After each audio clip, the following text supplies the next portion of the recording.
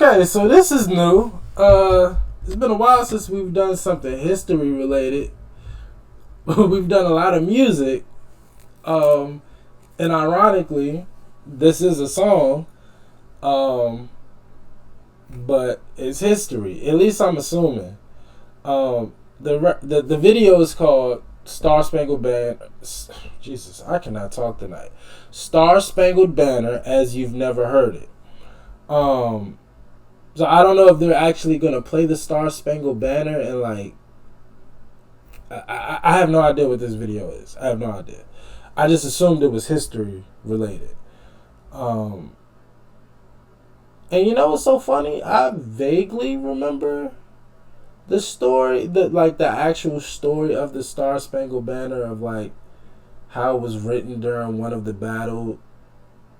During one of the battles of the Revolutionary War, and like there was an actual poet who was like watching the battle, um, and just kind of wrote, you know, uh, kind of just wrote what he was seeing as the battle was taking place. Um, Red glare. That's some sort of interpretation of like a fire or a catapult or something like that. It's so many different references that I forgot. I learned this when I was a kid, and clearly I didn't pay attention. But either way, whether this is the actual song or history about the song, I'm really, really excited because I clearly don't know my country's national, not national anthem, but clearly I don't know this song the way that I should, and this is the national anthem. Jesus. Anyway, I'm excited because again I haven't done something like this in a while, so this is kind of fun, exciting. But let's see what's going on, man. Let's go.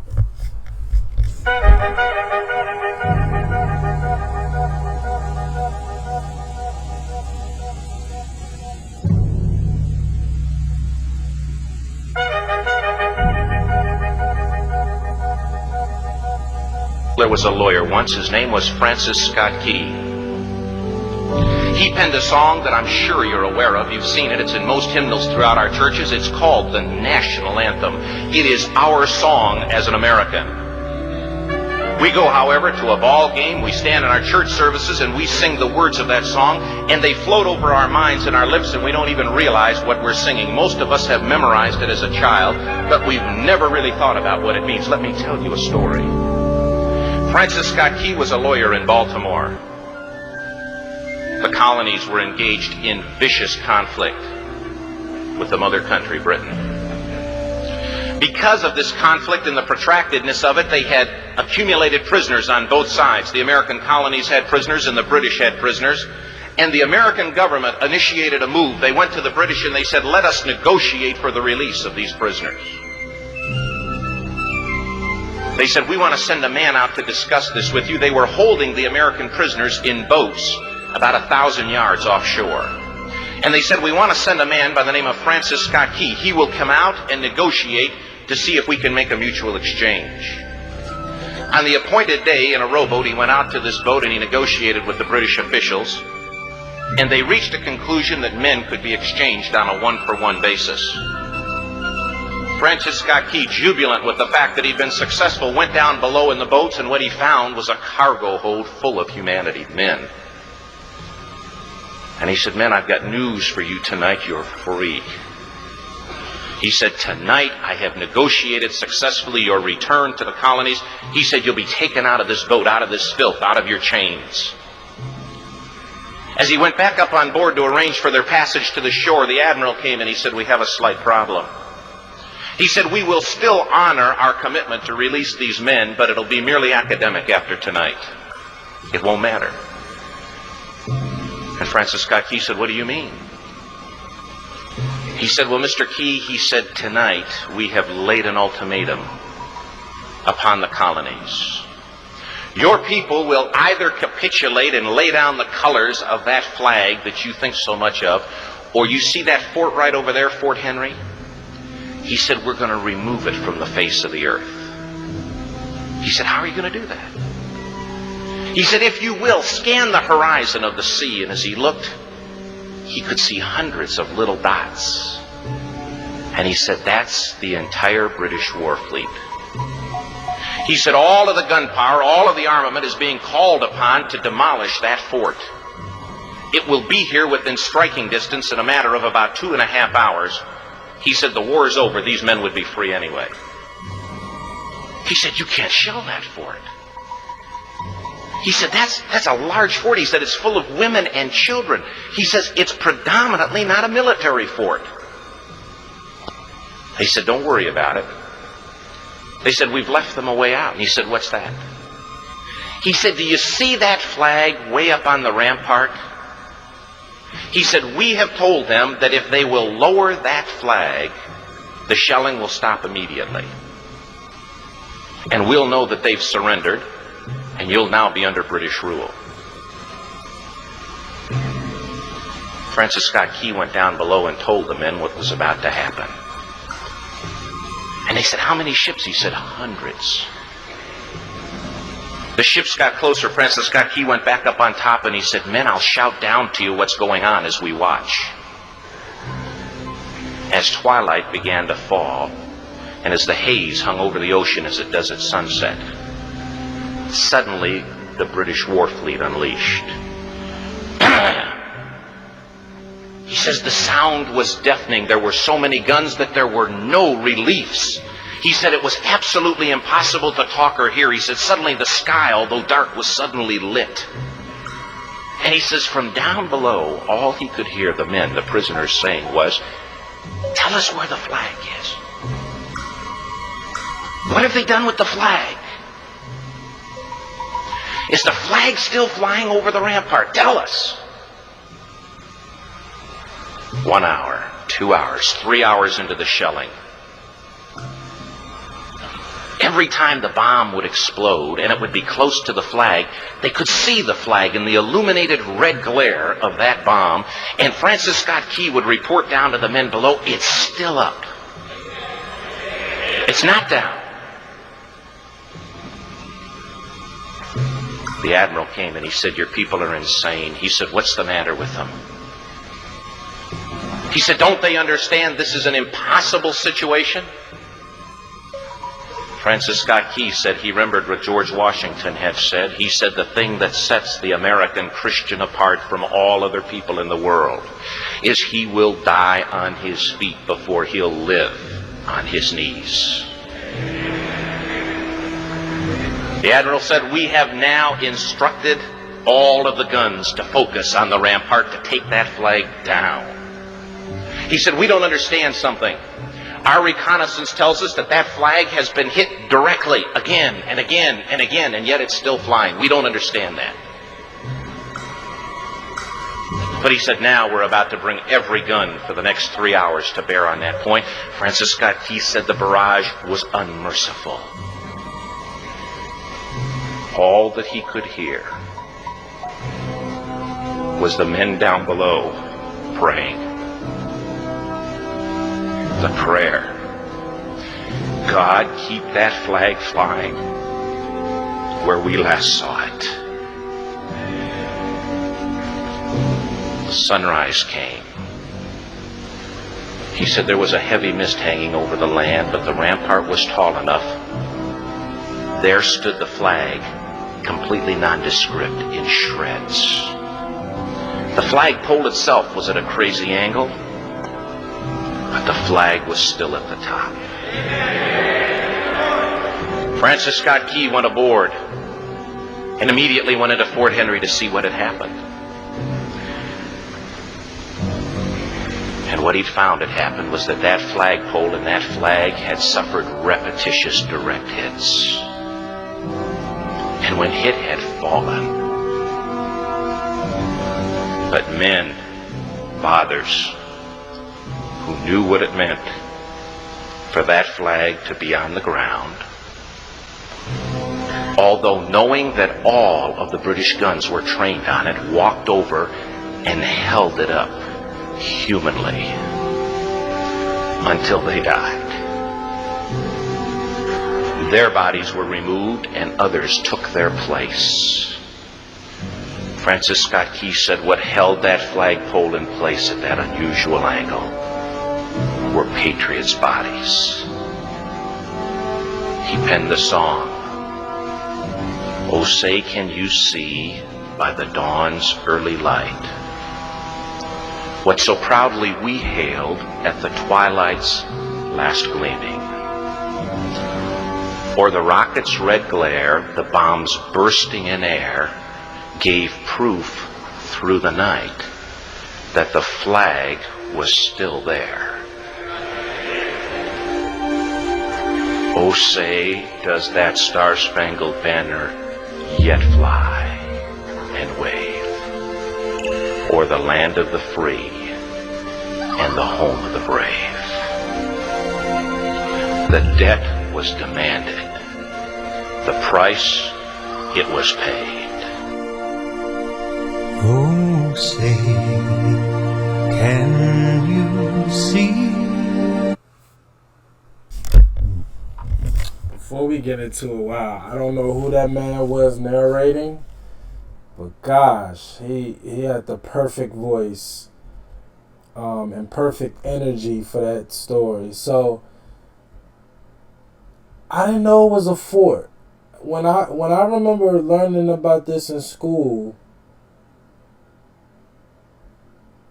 I don't remember it being a fort. But again, I vaguely remember it at all. So, yeah, but, gosh, it's a very, very beautiful story. Harsh and terrifying, given the context, you know. But I guess when it's so well put and so poetic, you know, it sounds beautiful. And the fact that he was I thought it was a poet. I thought I remember in school they said, and I don't remember his name, but to hear him say Michael Francis Key, he was a lawyer. I don't know why I genuinely thought the person who wrote this song was an actual poet, and this was actually meant to be a poem. It was not meant to be a song, even though songs are poetry. But y'all know what I mean. It was not intended to be a song, and it just turned out to be that. But the fact that it was a lawyer, it just makes it even more incredible. But yeah, man, whoever was narrating this, absolutely phenomenal job. Price, it was paid. Oh, say, can you see by the dawn's early light what so proudly we hailed at the twilight's last gleaming, whose broad stripes and bright stars through the perilous fight o'er the ramparts we watched were so gallantly streaming, and the rockets break through, the bombs bursting in air gave proof through the night that our flag was still there. Oh, say does that star-spangled banner yet wave o'er the land of the free and the home of the brave? Oh, say, does that star-spangled banner yet wave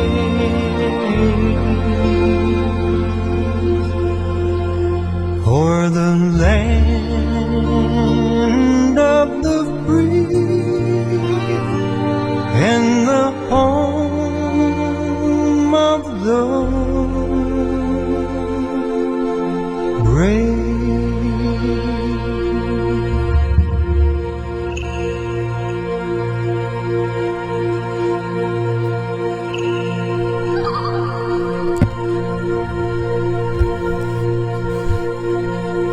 Beautiful. Who was singing? Everything about this, both commentary and singer, I have no idea who neither was, both singer or narrator, but beautiful, perfect voices for just perfectly matched the energy of the entire video. So there I have it. I finally know the story. And of course, I'm sure, something this old, I'm sure there are plenty of people who say, that's a bit inaccurate. That's true. That's not true. But I'm sure the premise is the same in just about every story. So, yeah, man, it's so many things about America. Just, when you find out the true story of the Constitution and what went into making that, and, how the early settlers, some of the ideals that, a lot of our founding fathers had that, that of course have changed over time and things like that. But just to know how this country was founded and what it was founded for. I'm proud to be an American. There is no other country I would rather be. And stories like this that really make you should be proud. If you're under the sound of my voice in the 50 United States, you should be proud of who you are and where you're from. That's how I end this video. But that was beautiful. That was beautiful. And again, so it was history and song. I was right about both. Gave us both the history and the song, and both were beautiful. Both were beautiful, man. Y'all let me know how y'all felt about this one. Like, comment, and subscribe. It almost felt perfect heading into the holidays. Just something to kind of remind you of what to be grateful for. And yeah, man, I appreciate y'all. Don't forget the 75K giveaway. Like, comment, and subscribe. Yeah, man. Until next time, peace.